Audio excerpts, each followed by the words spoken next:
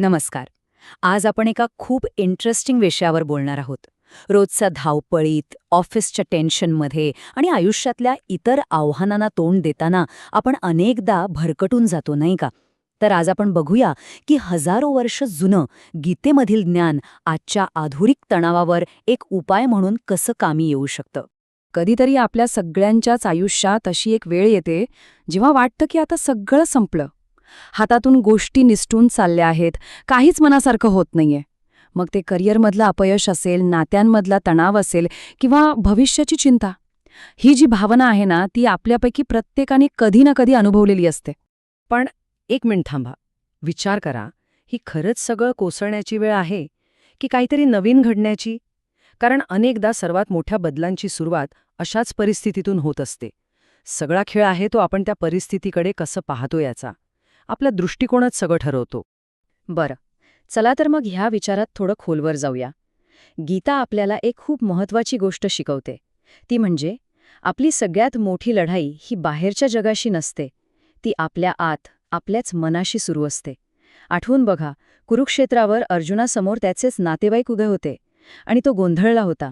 आज आपली परिस्थिती वेगळी नाही. आपलं युद्ध कोणा व्यक्तीशी नाही, तर स्वतःच्याच मनातल्या शंका, अपयशाची भीती आणि एकटेपणाशी आहे. आणि ही गोष्ट खरं तर आपल्या संघर्षाकडे बघण्याची नजरच बदलून टाकते. बघा, अर्जुनाचं युद्ध बाहेर होतं, पण त्याचा खरा संघर्ष आज सुरू होता. आपलंही तसंच आहे. आपले खरे प्रतिस्पर्धी हे आपले नकारात्मक विचार आहेत. आणि आपलं शस्त्र ते म्हणजे आपलं मन आणि आपला दृष्टिकोन. या दोन गोष्टींवर आपण नियंत्रण मिळवलं की आपण कुठलीही लढाई जिंकू शकतो. आता गीतेतल्या एका मुख्य शिकवणीकडे वळूया. एक खूप सुंदर विचार आहे की आयुष्यातले अडथळे हे आपल्याला शिक्षा देण्यासाठी नाहीत, तर काहीतरी शिकवण्यासाठी येतात. ती एक प्रकारची तयारी असते भविष्यातल्या मोठ्या गोष्टींसाठी. प्रत्येक अडचण ही एका छुप्या गुरूसारखी असते. हे किती छान समजवलंय बघा. संघर्ष हा शेवट नाही, ती एक प्रक्रिया आहे. जसं सोनं आगीत तापूनच शुद्ध आणि अधिक चमकदार होतं, किंवा जसं एखादं दी अंधारातच रुजतं आणि मगच त्याला कोंब फुटतात, अगदी त्याचप्रमाणे संकट आणि अडचणींचे घाव आपल्याला आतून अधिक मजबूत, अधिक सामर्थ्यवान बनवतात.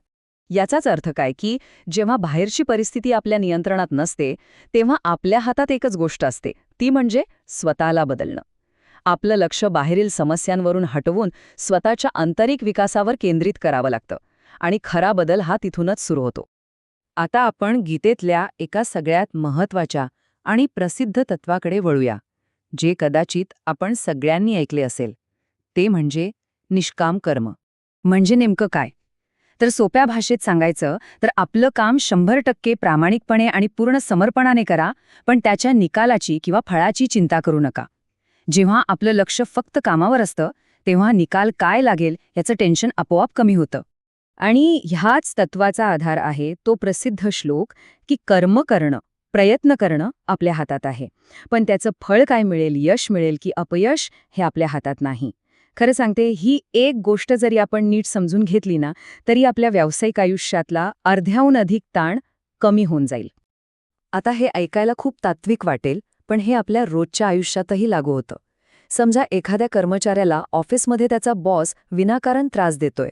आता बॉसचं वागणं त्याच्या नियंत्रणात नाही, पण आपलं काम सर्वोत्तम करणं, कामाची गुणवत्ता टिकवून ठेवणं, हे मात्र पूर्णपणे त्याच्या हातात आहे. भावनिक होऊन प्रतिक्रिया देण्याऐवजी त्याने जर फक्त आपल्या कामावर लक्ष केंद्रित केलं, तर त्याची मनःशांतीही टिकून राहील आणि कामगिरीही सुधारेल.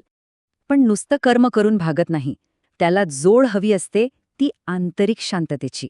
अनेकदा आपल्याला वाटतं की गोंधळ बाहेर आहे, पण खरा गोंधळ आपल्या मनात सुरू असतो. आणि गीता सांगते की एकटेपणाचं क्षण हे घाबरण्यासाठी नसतात, तर ती एक संधी असते स्वतःचा आतला आवाज ऐकण्याची. किती सुंदर विचार आहे हा.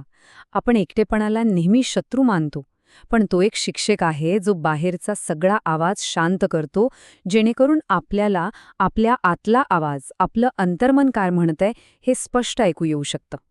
त्यामुळे ह्या क्षणांना सकारात्मकतेनं स्वीकारायला हवं. आणि हीच आंतरिक शांतता म्हणजे काय, तर गीतेमध्ये म्हटलं आहे, समत्वम योग उच्यते. म्हणजे यश आलं काय किंवा अपयश, सुख आलं काय किंवा दुःख, कुठल्याही परिस्थितीत मनाचा तोल ढळू न देणं, स्थिर राहणं, यालाच खरा योग म्हणतात. हीच खरी मानसिक स्थिरता आहे. बरं, हे सगळं प्रत्यक्षात कसं आणायचं? त्यासाठी ही एक सोपी 5 मिनिटांची सकाळची सवय आपण लावू शकतो. दुसऱ्या मिनिटात दीर्घ श्वास घेताना आपण 3 सोपी तंत्र वापरू शकतो. पहिलं, बॉक्स ब्रीदिंग, म्हणजे 4 सेकंद श्वास आत घ्या, 4 सेकंद रोखून धरा आणि 4 सेकंदात सोडा. दुसरं, 4-7-8 ब्रीदिंग, 4 सेकंद श्वास घ्या, 7 सेकंद रोखा आणि 8 सेकंदात हळूहळू सोडा. किंवा तिसरं, सगळ्यात सोपं, फक्त आपल्या नैसर्गिक श्वासावर लक्ष केंद्रित करा.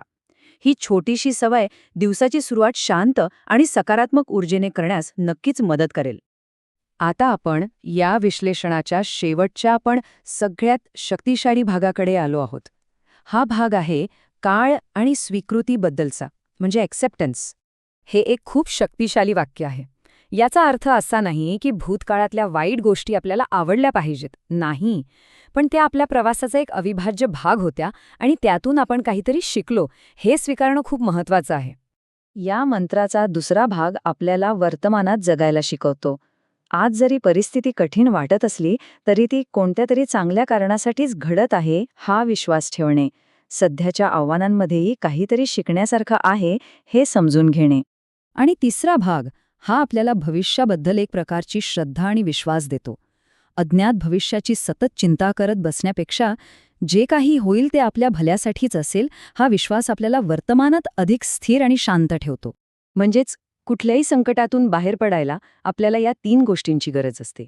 पहिली गोष्ट म्हणजे धैर्य, दुसरी गोष्ट म्हणजे आपलं कर्म, आपलं काम करत राहणं, आणि तिसरी सगळ्यात महत्त्वाची गोष्ट म्हणजे विश्वास की ही वेळ नक्की बदलेल. म्हणजे या सगळ्या चर्चेचं सार काय? तर एकच वाक्य लक्षात ठेवा. आज आपण ज्या संघर्षातून जात आहोत तो संघर्ष वाया जाणार नाहीये. ती खरं तर आपल्या उद्याच्या सामर्थ्याची तयारी आहे. आणि जाता जाता एक प्रश्न स्वतःला विचारून बघा. काय होईल जर आपण आपल्या आयुष्यातल्या सगळ्यात मोठ्या आव्हानांकडे एक समस्या म्हणून पाहिलंच नाही तर? काय होईल जर आपण त्याकडे आपली सगळ्यात मोठी ताकद घडवणारं एक साधन म्हणून पाहिलं तर? यावर नक्की विचार करा.